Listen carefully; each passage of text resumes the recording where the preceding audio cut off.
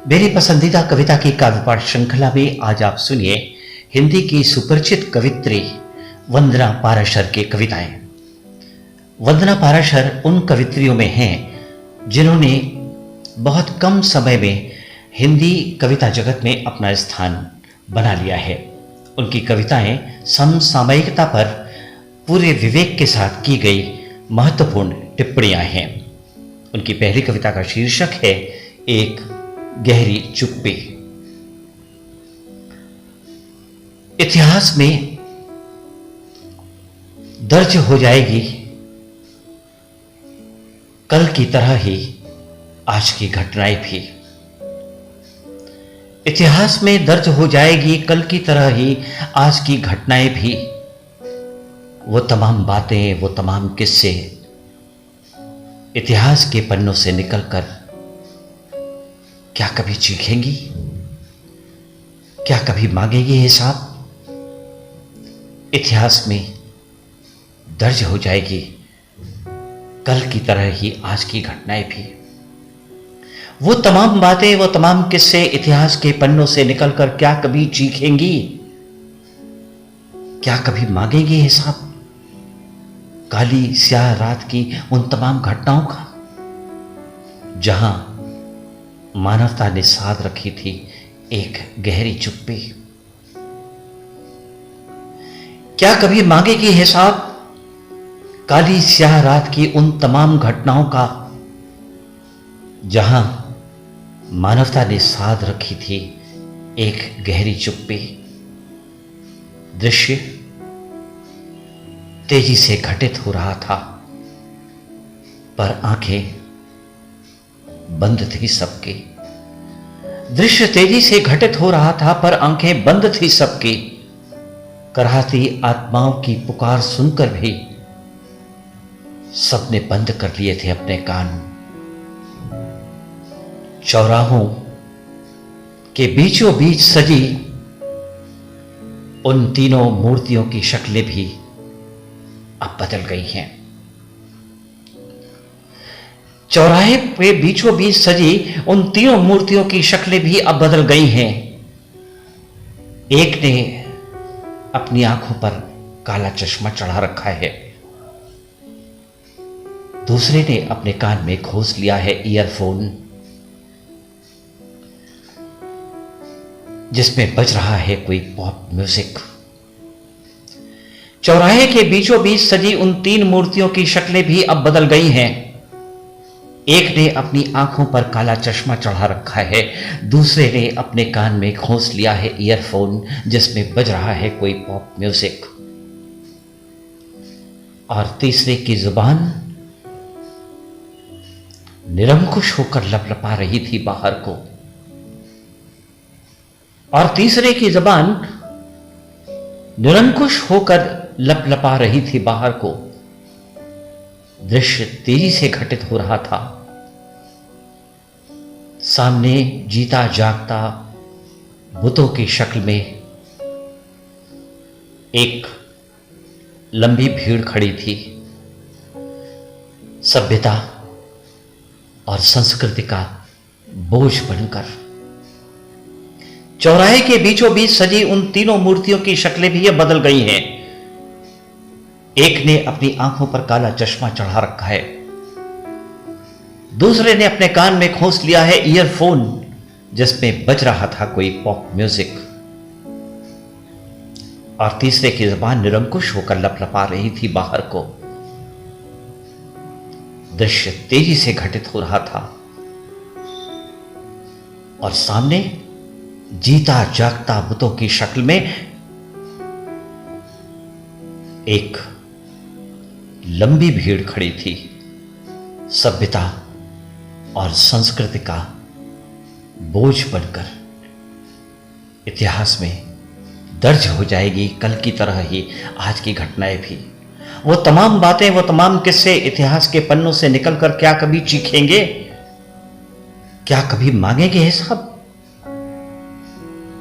काली स्याह रात की उन तमाम घटनाओं का, जहां मानवता ने साध रखी थी एक गहरी चुप्पी।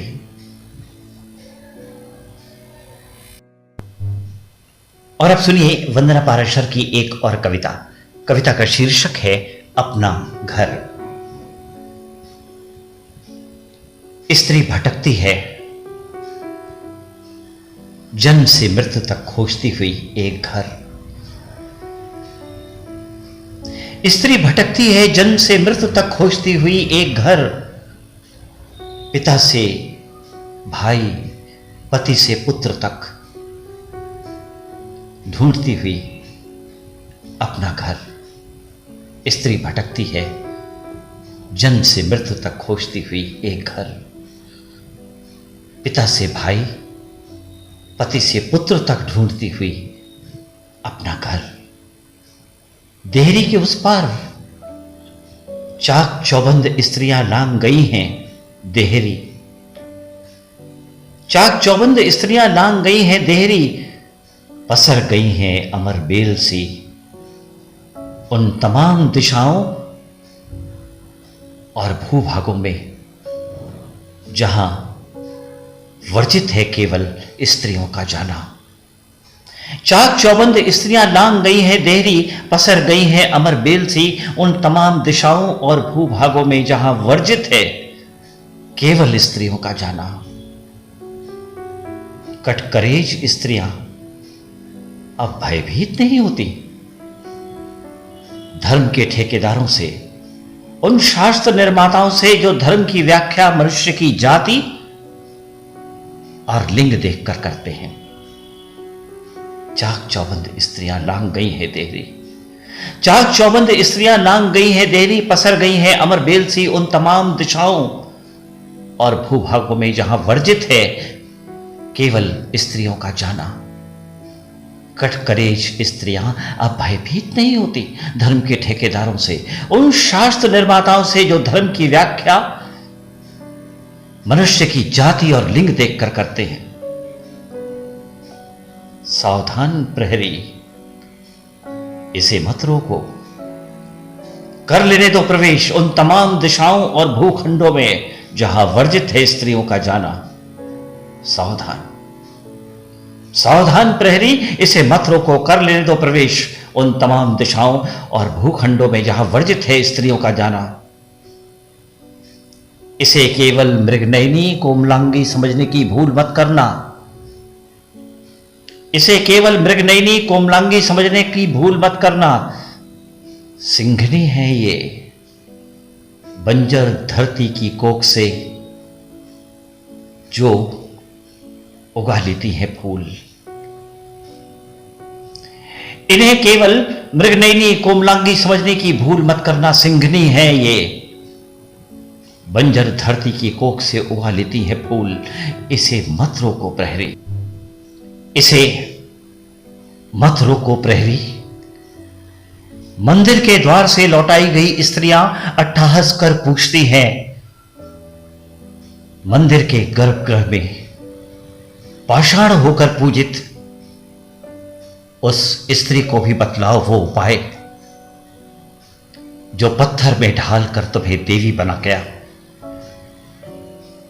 बतलाओ कि कब तोड़ोगी ये कारा और स्वतंत्र होकर प्रवेश करोगी उन तमाम दिशाओं और भूभागों में जहां वर्जित है केवल स्त्रियों का जाना। इसे मत रोको प्रहरी, इसे मत रोको। मंदिर के द्वार से लौटाई गई स्त्रियां अट्टहास कर पूछती हैं। मंदिर के गर्भगृह में पाषाण होकर पूजित उस स्त्री को भी बतलाओ वो उपाय जो पत्थर में ढाल कर तुम्हें देवी बना दिया है।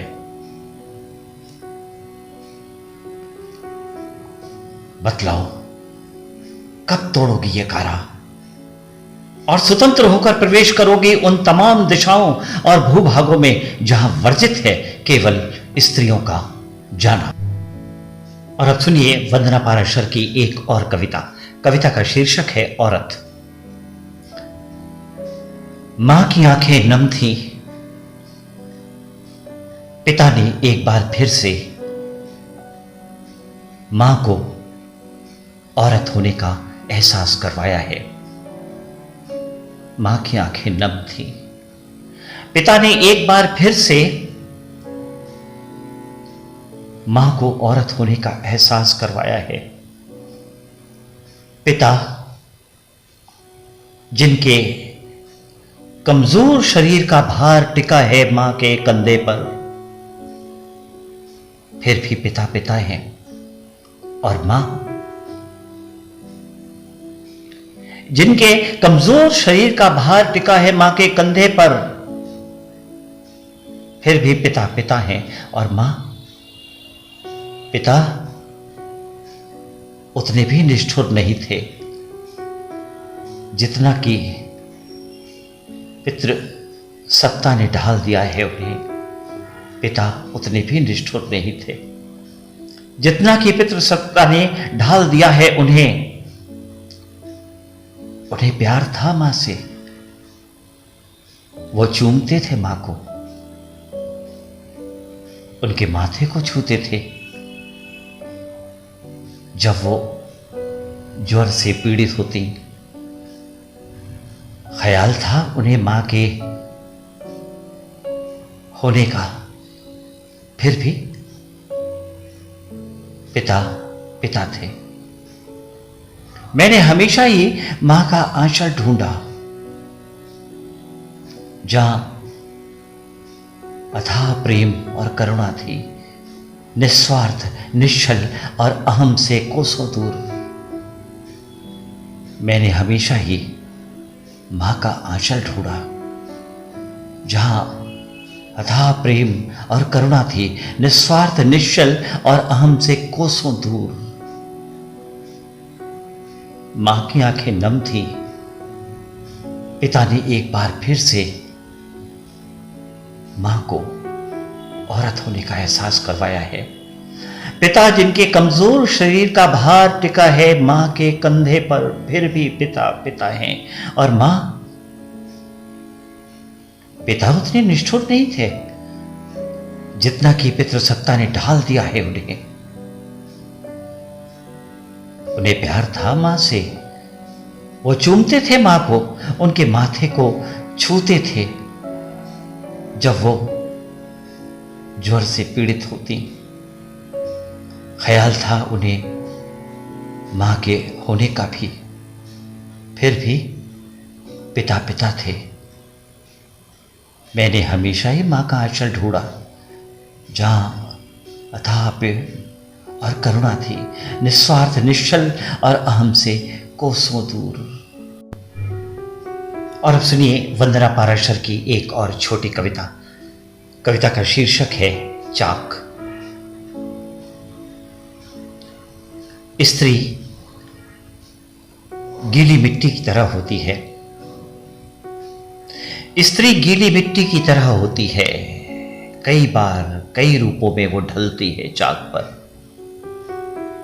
स्त्री गीली मिट्टी की तरह होती है, कई बार कई रूपों में वो ढलती है चाक पर।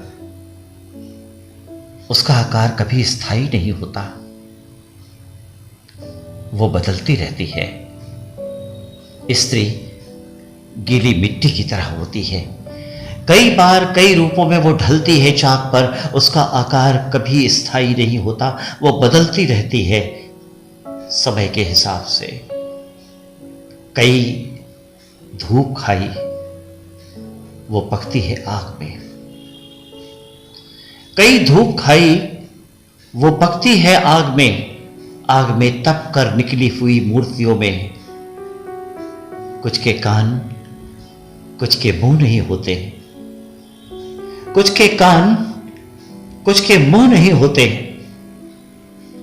होती हैं तो बस गाय सी बड़ी बड़ी आंखें जो झांकती हैं कुम्हार की आंखों में। स्त्री गीली मिट्टी की तरह होती है, कई बार कई रूपों में वो ढलती है चाक पर। उसका आकार कभी स्थायी नहीं होता, वो बदलती रहती है समय के हिसाब से। कई धूप खाई वह पकती है आग में तप कर निकली हुई मूर्तियों में। कुछ के कान नहीं होते, कुछ के मुंह नहीं होते, होती हैं तो गाय सी बड़ी बड़ी आंखें जो झांकती हैं कुम्हार की आंखों में। और अब सुनिए वंदना पाराशर की एक और कविता। कविता का शीर्षक है अंधेरे का संगीत। अंधेरे में खामोशी से सुनता हूं अंधेरे का संगीत, जो धीरे धीरे उतर रहा है मुझ में गहराई से, और मैं धीरे धीरे डूब जाता हूं संगीत की गहराई में। अंधेरे में खामोशी से सुनता हूं अंधेरे के संगीत को, जो धीरे धीरे उतर रहा है मुझ में गहराई से, और मैं धीरे धीरे डूब जाता हूं संगीत की गहराई में। निःशब्द रात मौन को चीरती हुई, हवा की सरसराहट कानों को छू जाती है हौले से। निःशब्द रात मौन को चीरती हुई, हवा की सरसराहट कानों को छू जाती है हौले से। पेड़ों पर घोंसले में बैठी हुई चिड़ियों का प्रेमालाप का स्वर, पेड़ पर घोंसले में बैठी हुई चिड़ियों का प्रेमालाप का स्वर हृदय में स्नेह को और प्रगाढ़ कर जाता है। बादलों के चांद के साथ लुका छिपी का खेल, पेड़ पर घोंसले में बैठी हुई चिड़ियों का प्रेमालाप का स्वर हृदय में स्नेह को और प्रगाढ़ कर जाता है। बादलों का चांद के साथ लुका छिपी का खेल, कौतुक भर जाता है हृदय में। श्रम से थक कर पसीने से नहाए हुए निढाल पड़े शरीर की सांसों की गति प्रेरित कर जाता है कर्म पथ पर सदा ही अग्रसर रहने को। पेड़ पर घोंसले में बैठी हुई चिड़ियों का प्रेमालाप का स्वर हृदय में स्नेह को और प्रगाढ़ कर जाता है। बादलों का चांद के साथ लुका छिपी का खेल, कौतुक भर जाता है हृदय में। श्रम से थक कर पसीने से नहाए हुए निढाल पड़े शरीर की सांसों की गति प्रेरित कर जाता है कर्म पथ पर सदा ही अग्रसर रहने को। अंधेरे में खामोशी से सुनता हूं मैं अपनी अंतरात्मा की आवाज को, जो साक्षात्कार कराती है मेरा मुझसे। आह, कितना सुखद, कितना सुंदर है अंधेरे का संगीत। आह, कितना सुखद, कितना सुंदर है अंधेरे का संगीत। मैं नहीं लौटना चाहता इस संगीत की दुनिया से बाहर, क्योंकि उजाले के संगीत में घोर कोलाहल है। खामोशी से सुनता हूं मैं अपने अंतरात्मा की आवाज को, जो साक्षात्कार कराती है मेरा मुझसे। आह, कितना सुखद, कितना सुंदर है अंधेरे का संगीत। मैं नहीं लौटना चाहता इस संगीत की दुनिया से बाहर, क्योंकि उजाले के संगीत में घोर कोलाहल है। क्योंकि उजाले के संगीत में घोर कोलाहल है।